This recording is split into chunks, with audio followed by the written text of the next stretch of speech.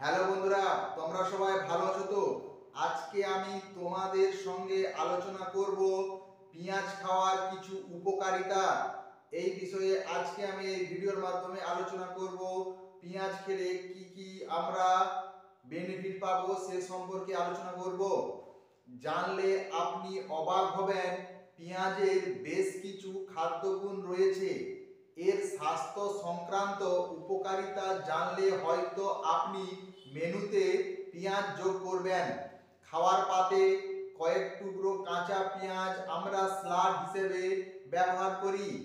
কেউ বা পেঁয়াজকে রান্না করে আমরা খেতে ভালোবাসি, আবার কারো পেঁয়াজ একেবারে অপছন্দ। পেঁয়াজ খাওয়ার পর ভালো করে মুখ না ধুইলে গন্ধের সমস্যার কারণে অনেকে আমরা পেঁয়াজ খেতে চাই না। জানলে অবাক হবেন, পেঁয়াজের মধ্যে রয়েছে কিছু খাদ্যগুণ।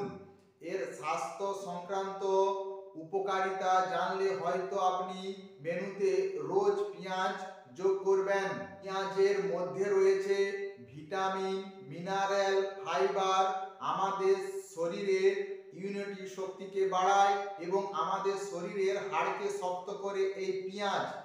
এর মধ্যে থাকা ভিটামিন সি শক্তিশালী অ্যান্টিঅক্সিডেন্ট হিসেবে কাজ করে, পেশির গঠনে সাহায্য করে। এছাড়া পেঁয়াজে থাকা ভিটামিন বি সিক্স মেটাবলিজম বাড়ায়। পাশাপাশি এই পেঁয়াজ আমাদের শরীরের লোহিত রক্তকণিকার পরিমাণ বাড়াতে সাহায্য করে এই পেঁয়াজ। গবেষণায় দেখা গেছে যে প্রতিদিন আপনি যদি 162 মিলিগ্রাম পেঁয়াজ খান তাহলে রক্তচাপ নিয়ন্ত্রণ থাকবে আপনার। মহিলাদের পলিস্টিক ওভারি সমস্যার প্রাকৃতিক ঔষধ হিসেবে কাজ করে এই পেঁয়াজ। পেঁয়াজের মধ্যে থাকা ফাইবার প্রিবায়োটিক হজম শক্তি বাড়াতে আমাদের সাহায্য করে।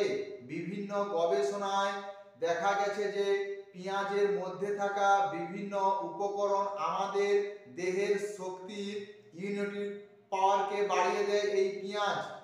ক্যান্সারের মতো মরণ রোগকে দূরে রাখতে পারে এই পেঁয়াজ। কোলন ক্যান্সারের ক্ষেত্রে পেঁয়াজের গুরুত্ব অপরিসীম। আপনি যদি নিয়মিত রোজ পেঁয়াজ খান তাহলে আপনি কোনোদিন ক্যান্সারে আক্রান্ত হবেন না। হঠাৎ করে কারো যদি ঠান্ডা লেগে যায়, সর্দি, কাশি, জ্বর, মাথা ব্যথার সমস্যার মতো সৃষ্টি হয় তাহলে আপনি পেঁয়াজ খেতে পারেন। এই পেঁয়াজ রসের সঙ্গে 1 চামচ আপনি যদি মধুর রস খান তাহলে আপনার সর্দি, কাশি, জ্বর নিমেষেই মধ্যে দূর হয়ে যাবে।